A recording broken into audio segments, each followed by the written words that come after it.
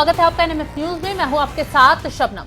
बांग्लादेश में हिंदुओं के साथ कितना अत्याचार हो रहा है, ये तस्वीरें न सिर्फ दुनिया का बल्कि भारत का सबसे ज्यादा खून खौला रही हैं, क्योंकि ना बहन बेटियों को वहां पर छोड़ा जा रहा, ना युवाओं को छोड़ा जा रहा है, बल्कि हिंदू युवाओं को घरों से खींचकर मारा पीटा जा रहा है, उनका नरसंहार किया जा रहा है, यहां तक कि चौराहे पर ले जाकर उन्हें जिंदा जला दिया जा रहा है।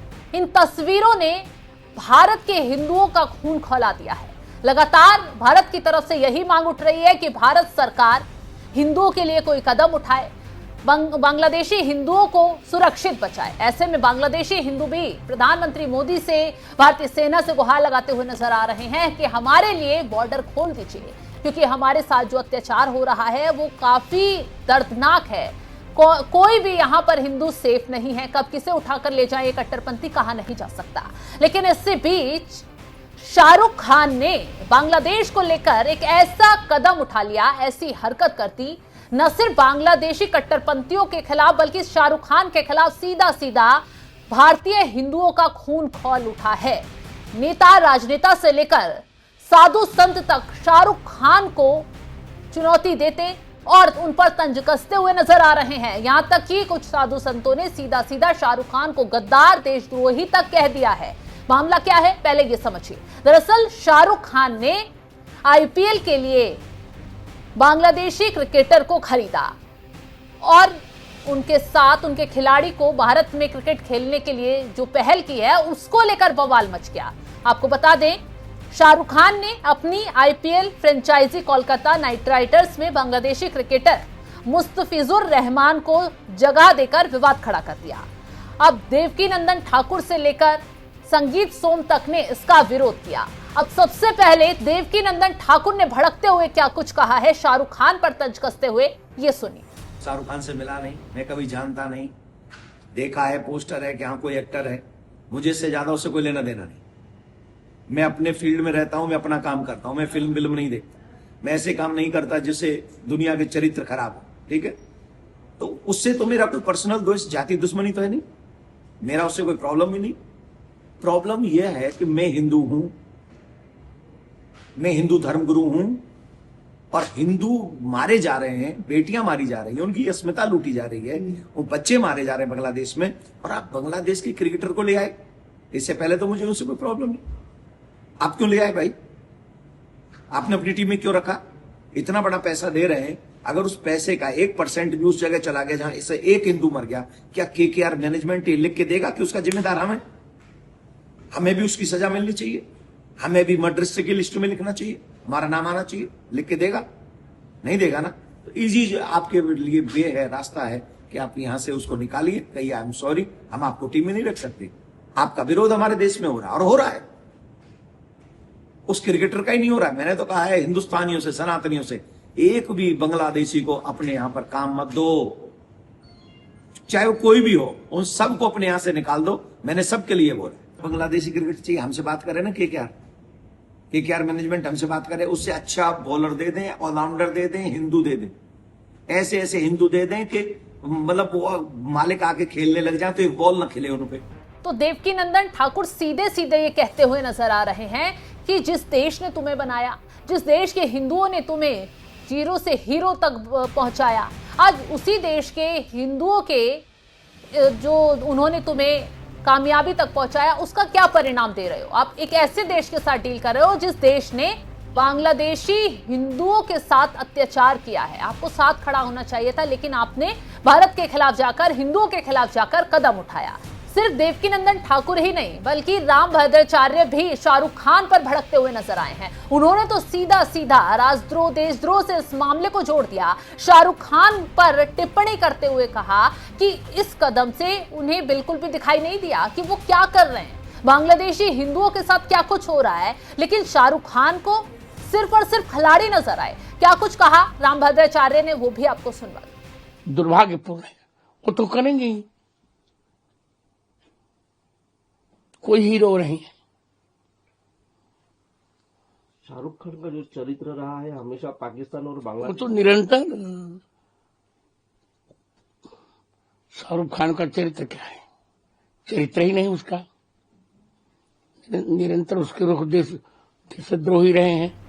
तो राम भद्राचार्य के साथ साथ धीरेन्द्र शास्त्री ने भी शाहरुख खान पर तंज कसा भड़कते हुए नजर आए। सीधे सीधे कह दिया कि शाहरुख खान का बांग्लादेश के सपोर्ट में ही खड़े होना, मतलब वहां के क्रिकेटर को अपनी टीम में खरीदना और उसे भारत में आकर खिलवाना, ये कोई सही फैसला नहीं है। हिंदुओं के लिए सबको आवाज उठानी होगी। क्या कुछ कहा वो भी सुनवाते हैं धीरेन्द्र शास्त्री ने। ये देखिए, इस देश की बीसीसीआई निर्णय लेगी, पर हमारा यही कहना है कि बांग्लादेशी क्रिकेटर्स को ये बात उठानी चाहिए कि हमारे जो हिंदू भाई वहां रहते हैं उनकी रक्षा सुरक्षा हो, प्रोटेक्ट हो वहां पे, और उन्हें किसी भी प्रकार से वहां पर परेशान न किया जाए। उनका भी ये दायित्व बनता है। खेल है, खेल में नियम नहीं होते, खेल के अपने नियम होते हैं और खेल पर कोई ऐसा लागू नहीं होता है। पर हम खेल के साथ ये कहेंगे कि राष्ट्र के लिए और समाज के लिए वो कुछ बोलें तो सिर्फ साधु संत ही भड़कते हुए नहीं नजर आ रहे हैं शाहरुख खान पर, बल्कि नेता राजनेता भी उनके इस फैसले की आलोचना कर रहे हैं कि शाहरुख खान को ऐसे हालातों को देखते हुए ये फैसला नहीं लेना चाहिए था। संगीत सोम भी इस मामले को लेकर भड़कते हुए नजर आए। संगीत सोम ने कहा, देखिए, जिस तरीके से बांग्लादेश में आज हिंदुओं के साथ वहां अत्याचार हो रहा है, हिंदुओं का कत्लेआम हो रहा है, हिंदुओं को की बहन बेटियों के साथ बलात्कार हो रहा है, घर जलाए जा रहे हैं और ऐसी बहुत सी चीजें हो रही है जो यहाँ तक पता भी नहीं चल रही है। वहां भारत विरोधी नारे लगाए जा रहे हैं, भारत के प्रधानमंत्री को गाली दी जा रही है। उसके बावजूद शाहरुख खान जैसे गद्दार लोग, मैं इन्हें गद्दार इसलिए कह रहा हूं कि इनके पास जो भी है आज भारत का दिया हुआ है, भारत की जनता का दिया हुआ है, लेकिन ये पैसा लगाते हैं कहां? जो देश भारत के खिलाफ काम कर रहा है उसके खिलाड़ी पे पैसा लगाएंगे, रहमान जैसे खिलाड़ी पे लगाएंगे। मैं शाहरुख खान जैसे लोगों को कहना चाहता हूं कि वो कामयाब नहीं हो पाएंगे इसमें, किसी भी कीमत पे वो यहाँ रहमान को खिला नहीं पाएंगे, ये एयरपोर्ट पार नहीं करा पाएंगे, एयरपोर्ट से बाहर कदम नहीं रख पाएगा रहमान। मैं तो कह रहा हूं देशद्रोही हैं ये लोग, शाहरुख खान जैसे लोग देशद्रोही हैं और ये खाते भारत का है और गुण गाते हैं पाकिस्तान और बांग्लादेश के। ये दुर्भाग्यपूर्ण विषय है और भारत सरकार इस पर नजर लगाए हुए है और इस पे आप निश्चित रहिए कि दुनिया में कहीं भी अगर हिंदुओं के साथ अत्याचार होगा तो हम सब लोग खड़े हैं और भारत की सरकार भी खड़ी है। मैं वही आपको बताया ना, यही देशद्रोही का काम है। तो संगीत सोम ने सीधा सीधा शाहरुख खान को ही चुनौती दी। अब आपको बता दें कि ये वही लोग हैं जो एक वक्त पहले फलस्तीन के लिए, गाजा के लिए आंसू बहाया करते थे, लेकिन आज इन्हें बांग्लादेशी हिंदुओं की हालत नहीं दिखाई दी, क्योंकि फलस्तीन में मुस्लिम मारे जा रहे थे। क्योंकि अब सवाल यही उठ रहे हैं कि फलस्तीन में मुस्लिम मारे जा रहे थे तो बॉलीवुड की एक लॉबी फलस्तीन के लिए, गाजा के लिए आंसू बहाने मैदान में उतर आई थी। एक ट्रेंड चलाया जा रहा था, ऑल आइज ऑन राफा। तो ऐसे में जानवी कपूर ने बॉलीवुड की उस लॉबी को हाल ही में बेनकाब भी किया। उन्होंने बाकायदा एक पोस्ट किया, सीधा सीधा कहा कि एक दूर तक के कोने में नजर चली जाती है लेकिन उस जगह नहीं जाती जहां हिंदुओं को मारा काटा जा रहा है, जहां हिंदुओं के साथ अत्याचार दिन रात हो रहे हैं, जहां हिंदू बेटी बहनों को निशाना बनाया जाता है। लेकिन बॉलीवुड के चंद लोग उस और ना तो पोस्ट करते हैं, ना दुनिया का ध्यान अपनी पोस्ट से उधर लेकर जाते हैं, क्योंकि वहां हिंदुओं के साथ अत्याचार हो रहा है।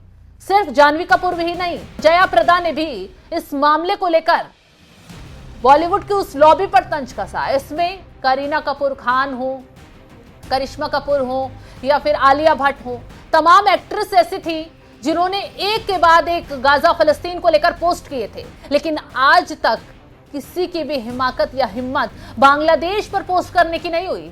ना ही खान गैंग्स ने बांग्लादेश में हिंदुओं के साथ जो तस्वीरें निकलकर सामने आ रही हैं उस पर कुछ बोला है। और सवाल इसलिए उठ रहा है कि जो लोग गाजा के लिए रोज सकते हैं, क्या उनका ध्यान बांग्लादेशी हिंदुओं की तरफ नहीं जाता? जबकि पूरी दुनिया दीपू चंद्र दास के साथ जो हुआ, उन तस्वीरों को देखकर उनका दिल दहल रहा है, लेकिन ना तो बॉलीवुड कुछ बोल रहा है, ना ही तमाम वो लोग कुछ बोल रहे हैं, ना मौलानाओं की लॉबी वो बोल रही है जो गाजा के लिए रोती थी।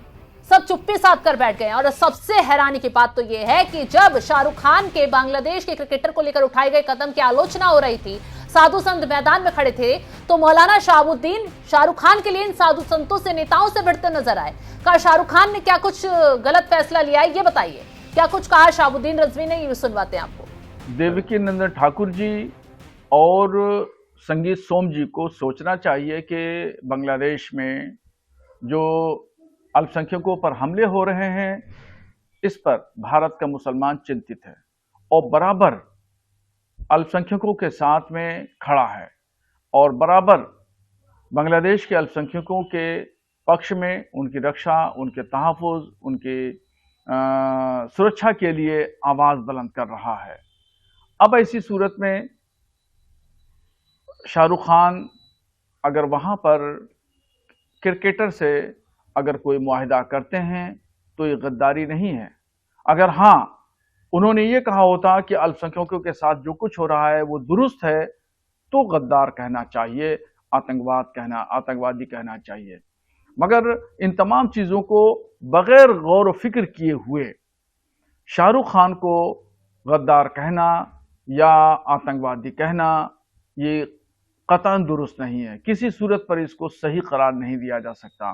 तो देखा आपने, बांग्लादेश में हिंदुओं के साथ हो रहे अत्याचार को लेकर अब भारत में नई बहस छिड़ गई है। शाहरुख खान को जमकर यहां पर तंज उन पर कसा जा रहा है। कहा जा रहा है कि शाहरुख खान ने जो किया वो गलत किया। जाहिर सी बात है उनका फैसला गलत है।